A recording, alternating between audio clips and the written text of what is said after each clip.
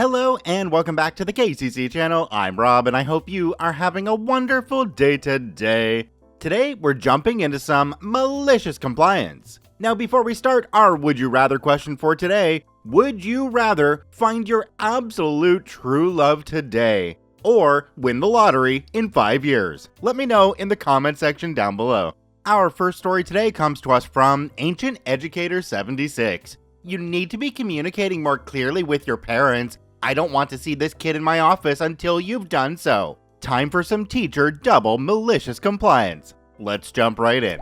This happened at the height of the TikTok challenge, but the fruition of malicious compliance has finally reared its beautiful head. So back when soap dispensers the world over were on high alert due to students stealing them or destroying them in the process, the teachers at my school were directed to monitor the bathrooms. First off, I think that this is a disgusting practice, especially when our admin says, you need to go inside that restroom and get them out of there. Effing gross. We have a security guard for that, and even an SRO. But nope, it's on us now. Add it to the ever-increasing pile of things I never thought I'd have to do as a teacher. The boys' upstairs restroom is directly across the hall from my room. Joel Embiid could spread his arms and touch both the door to my room and this bathroom simultaneously with his palms. I hear a sound, a very distinct sound that, thanks to TikTok, I've been required to learn to listen for. The loud snapping of the back of a soap dispenser that someone is trying to pry off the wall.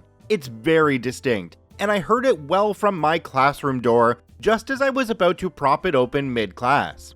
I open the restroom door and walk inside while my body holds the door open.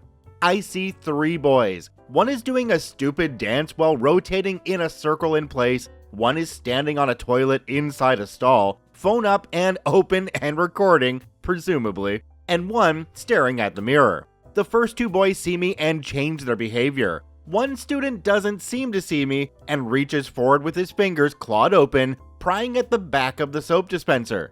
This happened multiple times in the span of about 2 seconds, and it was clear what he was doing. I finally couldn't take how long it has been since I've had this door open and cleared my throat. He looks at me, pretends to have only been washing his hands the whole time, and stands there. I tell them they need to move along. 2 boys listen. Dispenser boy decides to make this a point of contention, saying, "No, I don't think I will." It's at this point I decide to be out and report what he's doing to the admin. If this was today I effed up, this would have been F up number 1. I tell EJ, a great security guy who can't be everywhere at once, you know, displacement theory, what's going on, and he gets dispenser boy, dweeb, out of the restroom and sends him to the office. Upon request, I email admin exactly what happened, in about as much painful detail as the aforementioned paragraphs would indicate. And this should be it, right? Nope. Dad doesn't believe his precious little dweeb could or would do something like this, and he pressed the issue because dweeb was 100% denying. Middle school kid denying something? Nah, doesn't sound like a middle schooler. I will say I have the utmost respect for kids and excuse their behavior before adults. Adults should know better. But this began wasting a lot of my time. All of a sudden, I'm now required to sit down alongside administration just to have a makeshift conference call with the dweeb's dad. I already emailed the details, spoke on the phone with admin about this, then in person to confirm it, accompanied by my standing exactly where and how the student stood, how they attempted to remove the soap dispenser, etc. I had to mime this because the dad didn't believe that this is what his son was doing. So why the flip am I meeting? What's there to discuss? Oh, the father doesn't believe his son would do something like this, and due process and all that. Due process doesn't mean that you get to demand my presence like some sort of underpaid genie. Like I have to perform and reenact the scenario in a convincing enough way so dad will finally believe it. Yet here I was, sitting in my admin's office while she dialed the father's number on speakerphone. Here's what she said. "Hi, Mr. Asfart. This is Mrs. Bibble from Floppy Middle School. I'm here with OP, and he has confirmed that your child was definitely attempting to remove the soap dispenser, and not just trying to get soap. I understand how this could be a misunderstanding." She said some more typical admin things, but then turned to me, her face changing from hard to interpret to very easy to interpret, and said, "You really need to start communicating clearly with your parents. I don't want to see any kid in my office until after you've done so. This could have been easy if you had done this." I see your point, and see why I needed to be chided. That's probably what my face said. But deep down, I was shocked. I have no idea how I could have prevented an issue with his parent. I did everything according to protocol. I had EJ pull the tape to confirm times, all that jazz. I thought she was going to be apologetic about the situation, saying, "I'm sorry, I know your word means something, and you saw this firsthand, and I even have a statement from another student that was there, saying that he was trying to take it down." She did. "So I shouldn't have called you here on your prep just so Dweeb's dad could talk to you and ask you himself." You know, something like that. I decided right then that I was going to have a malicious compliance moment, just wasn't sure when. I had forgotten about this for months. Now, then all of a sudden, I get my opportunity. Good old Dweeb is at it again, this time throwing things at a female student running away from him in the hall, ending with him slapping her in the behind and then groping it. Imagine him making a duckbill with his hand. It was like that. She was not a willing participant in this. Enter malicious compliance. I remember what admin said about sending a very clear email to parents, and to do so before I send the kid to the office. So I have Dweeb wait in the hall rather than send him down, then ask my colleague to stand in the hallway to monitor so I can stop my class's instruction to write an email to a parent. I needed to send an email first, right? Here's the email. Team B, I always use team and last name. I was at my popped open classroom door, ready to close it as 7th grade lunch students passed, when I saw Dweeb chasing a female student through the halls, eventually hitting her on the backside.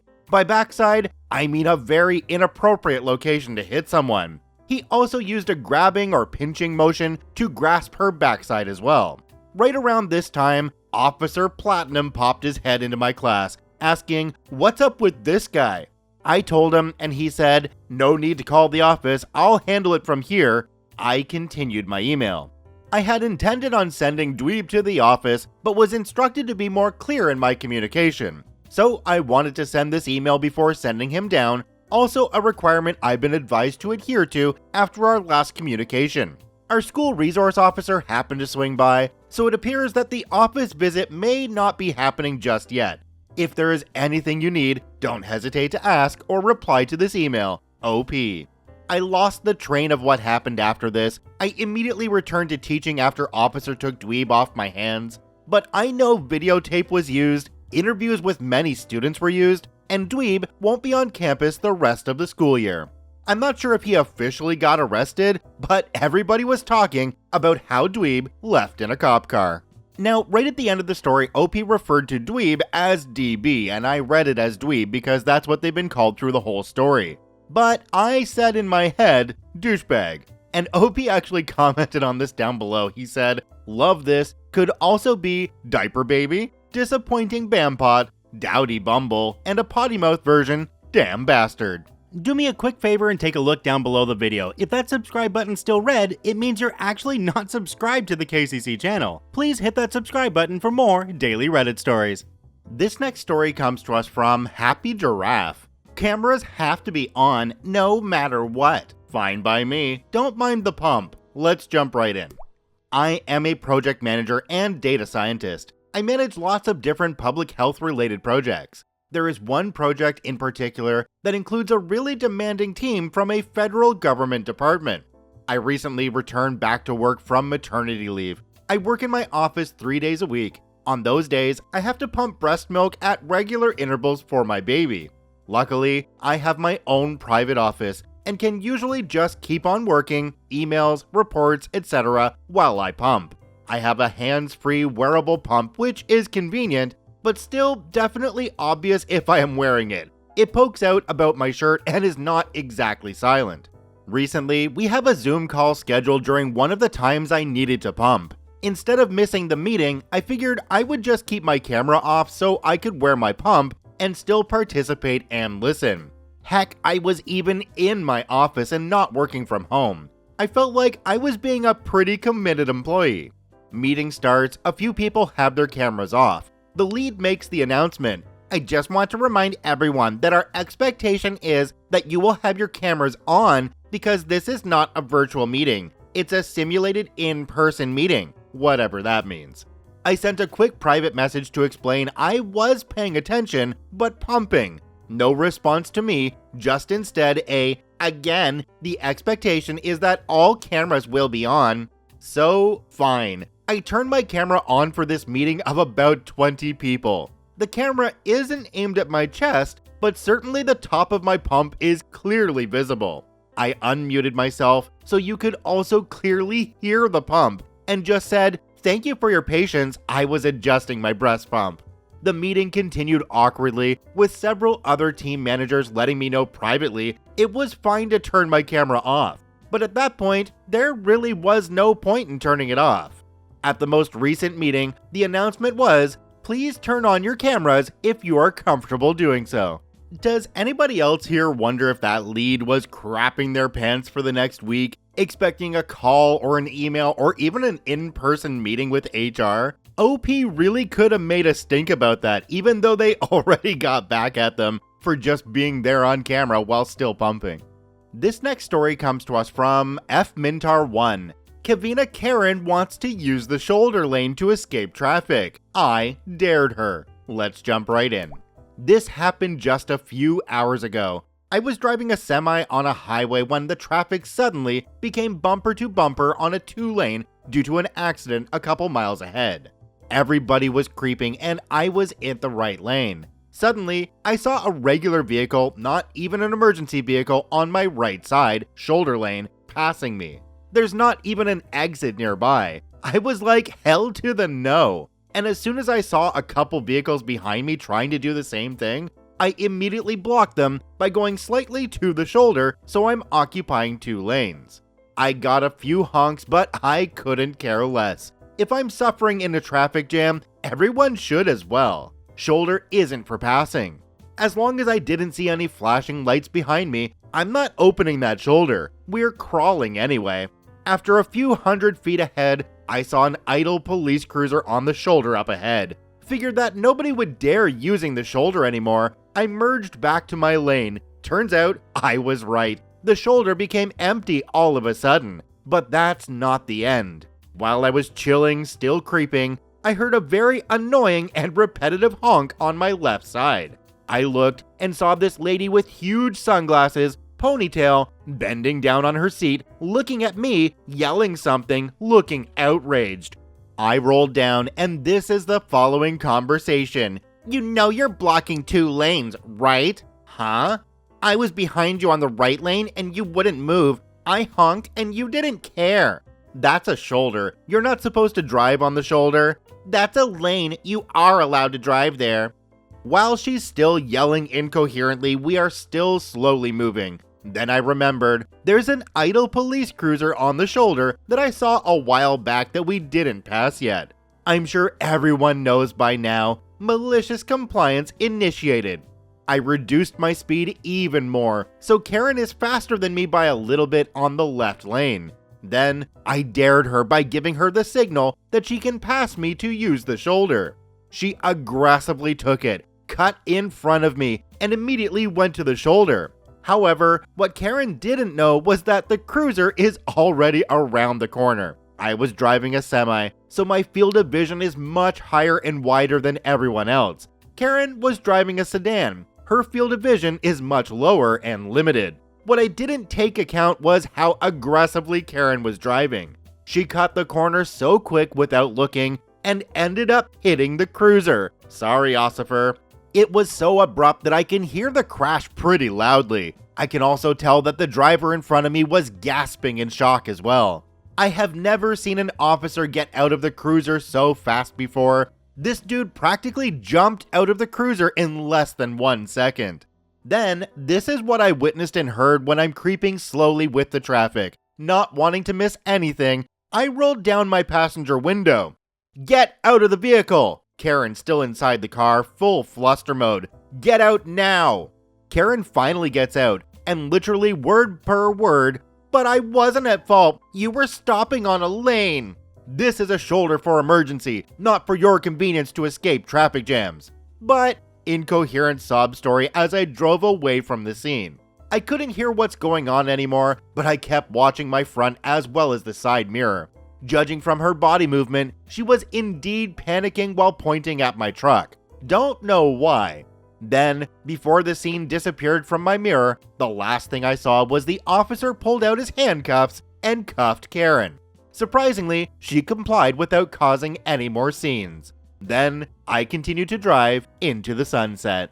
There was a comment down below this story that actually summarizes exactly how I feel about driving these days. It comes from the user Shape of Things, and it says, "I used to get so annoyed at the way people drive. Then I realized one day that the person getting the most stressed about it is me. I would block them, beep, be cut off and sworn at. So I stopped. They drive like idiots, it's on them. They cut lanes, drive on the inside, drive like lunatics to get wherever they are going 20 seconds earlier. It's on them.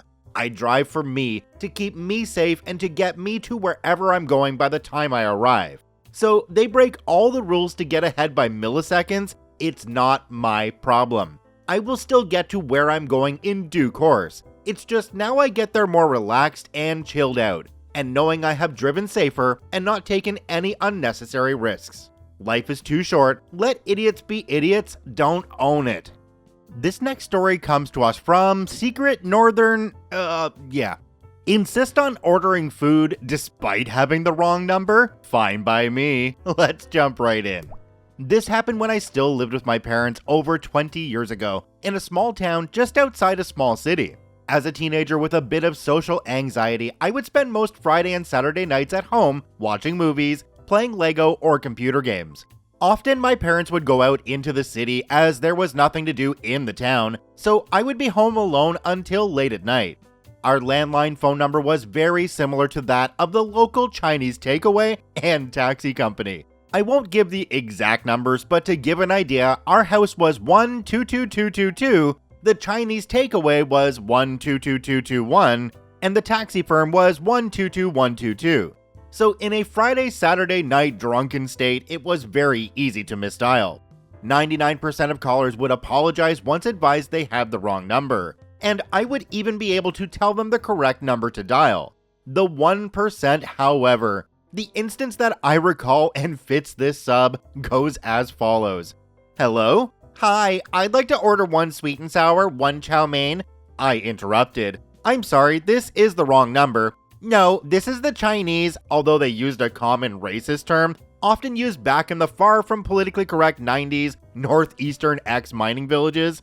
"I'm sorry, it really isn't. You need to call 12. Caller interrupted. "Yes, it is, so take my order now." Quite rude and forceful. "Fine, what do you want?" Caller gives the order. "Okay, are you collecting or want this delivered?" "Delivered, and quickly."